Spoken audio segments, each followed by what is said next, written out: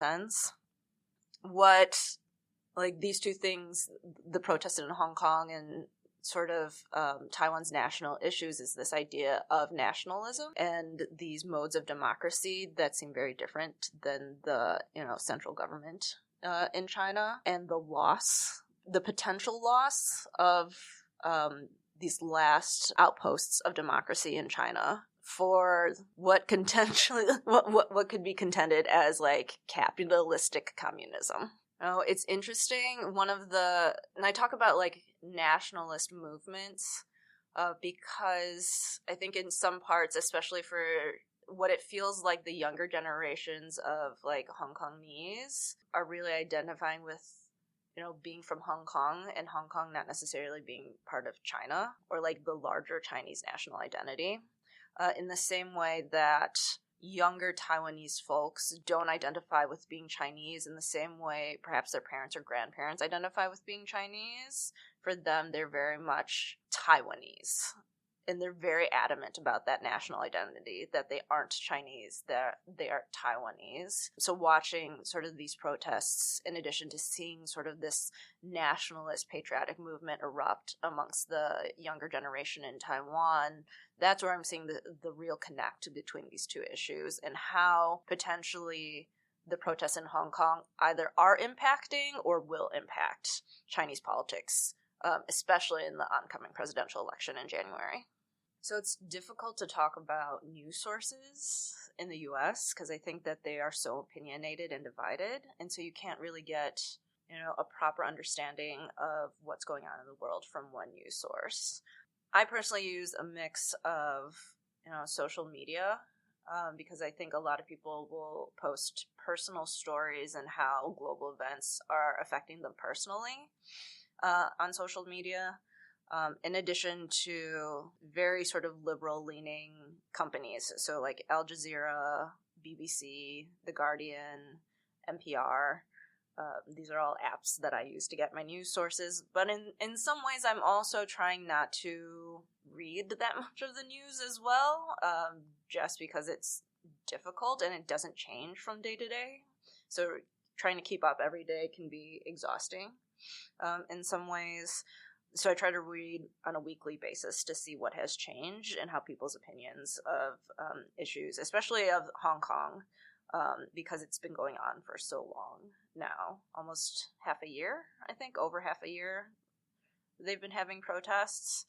Some of the news sources that I've looked at about sort of the timeline of events in preparation for this interview didn't mention some of the singular individual stories that I saw popping up on Imager and Reddit.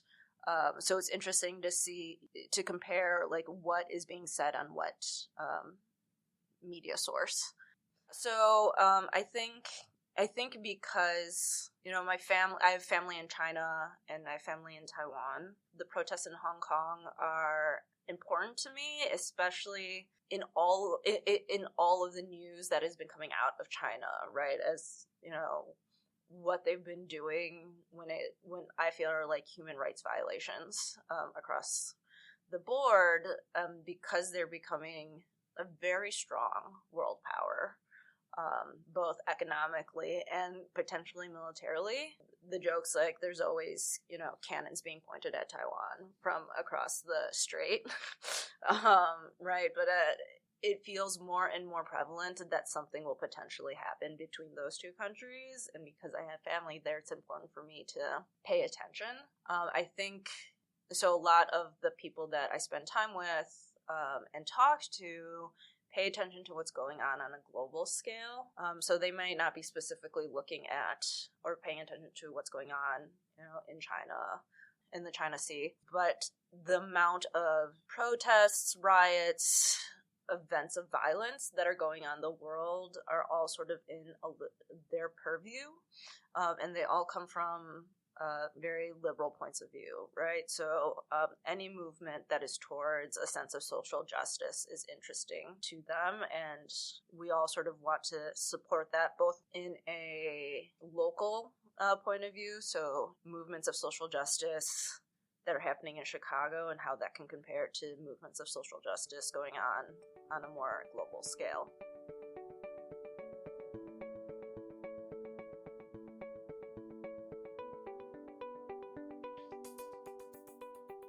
Welcome back for part 3 of this episode.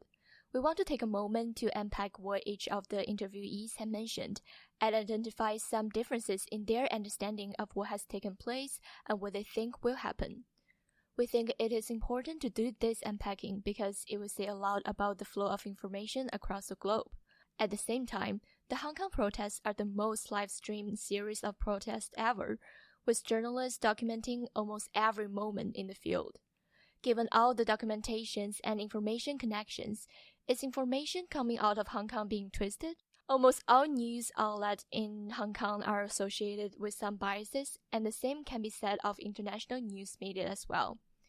Let's take a closer look at the particular points of each of the interviewees and some highlights on the relationship between Hong Kong and China, the purpose of the protests, as well as the understanding of violence by both police and protesters through media.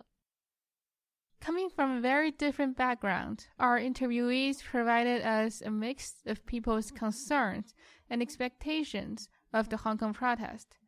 They raised questions about the relationship between economy and power, the biased nature of media, the effectiveness of protest, and also the implication of the protest for the world. There are 3 takeaways. First, our interviewees held distinct views about the identity of Hong Kongers. As an ethnic minority raised in Hong Kong, Nitika wished the world can recognize the global citizenship identity of Hong Kong people and become differentiated from the identity of people from mainland China. Yet, for mainland Chinese growing up under heavy influence of Hong Kong's popular culture, like our anonymous interviewee, Hong Kong is too familiar a place for them to feel disconnected from. Second, all 3 of our interviewees showed sympathy for the Hong Kong protesters and the democratic values they are fighting for. However, different from Liz and Nitika, who believe it is very natural to question the government, the mainland Chinese interviewee suspected the deeper problem underlying the protest is the growing economic inequality with Hong Kong itself. Lastly, all 3 interviewees condemned the violence rising in Hong Kong, although each of our interviewees focused on different actors. Liz believed there was violence on all sides, while the mainland Chinese interviewee focused mainly on the perceived irrationality of violent protesters. Still, Nitika stated that, considering the unresponsiveness of the government, the violence was not surprising. In sum, we see our interviewees identify different aspects of these protests. There is agreement on values of cultural identity, democracy, and peaceful protest, with each interviewee weighing the values differently in their assessment. How will it all come together? Stick around for next section on the possible path forward for Hong Kong.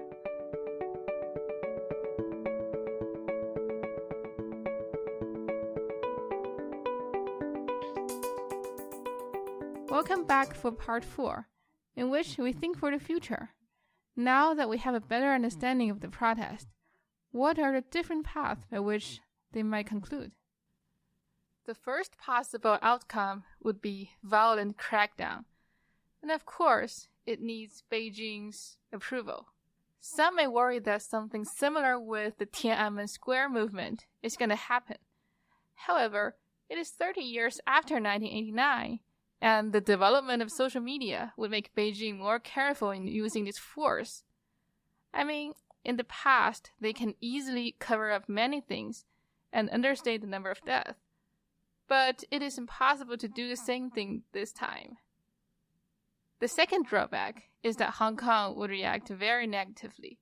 If the order is restored via violence, China may rely on violence to sustain the order for a very long time. Even if we speak on behalf of Beijing's interest, violence is the most costly and most unstable form of domination. The third consideration is that America won't be staying away from the whole issue, as we have seen in the Congress decision on Hong Kong Human Rights and Democracy Act, so it is unlikely to see the violence crackdown. The second possibility is that the Hong Kong government would give in to the protesters' demands. This would likely need Beijing's approval for it to happen too. Such a situation would lead to a whole new set of questions on what the protesters can agree on. Will they stay a coalition or will they disband? If they were to stay a coalition, what would they fight for? As such, this situation is pretty unlikely to happen. In addition, Beijing would not want to concede to protesters' demands in fear of losing face. Another potential outcome is that the protest will simply fade out. The increasing violence is enlarging the gap between the violent and non-violent protesters. Adding the fact that the protest is nearing its 6 months, both the fatigue and lack of coherent strategy might discourage the escalation of any further movement. That said, increased police action and government unresponsiveness will strengthen the resolve of the radical protesters, making the first possibility of a violent crackdown more likely. It is unclear how this will all play out for Hong Kong in 2047, when the one country, two systems framework is over. There is no clear outline for what Hong Kong will look like when it will be fully reintegrated with mainland China. It is important to note that if Hong Kong is to look like mainland China in 2047, one would need to know what mainland China would look like in 28 years. With the rapid development of China in the last several decades, this looks to be something quite hard to predict.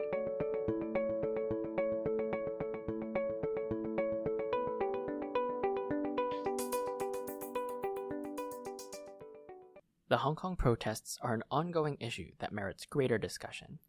To that end, stay tuned for our next episode. We did a live recording of a panel that was held on the University of Chicago campus on November 18th, and we will release it as an episode soon. The panel, titled The 2019 Hong Kong Protests, What Does the Future Hold for Hong Kong?, comprised of senior Hong Kong pro-democracy politician Ms. Emily Lau, pro-Beijing think tanker and former Hong Kong government official Dr. Henry Ho, and University of Notre Dame professor Victoria Hui. The panel took place over Skype and was moderated by University of Chicago professor Dali Yang and had an estimated turnout of about 500 attendees. We hope the panel discussion will further your understanding of the protests. And with that, we've come to the end of this episode. Thanks goes to our interviewees for taking the time to share their experiences with us. As always, thanks go to you, our listener, as well, for tuning in to this episode of the UC3P Just China podcast. We wish you good health, good fortune, and as always, good grades. Tune in next time, in which we will continue to bring you the latest developments in and about China.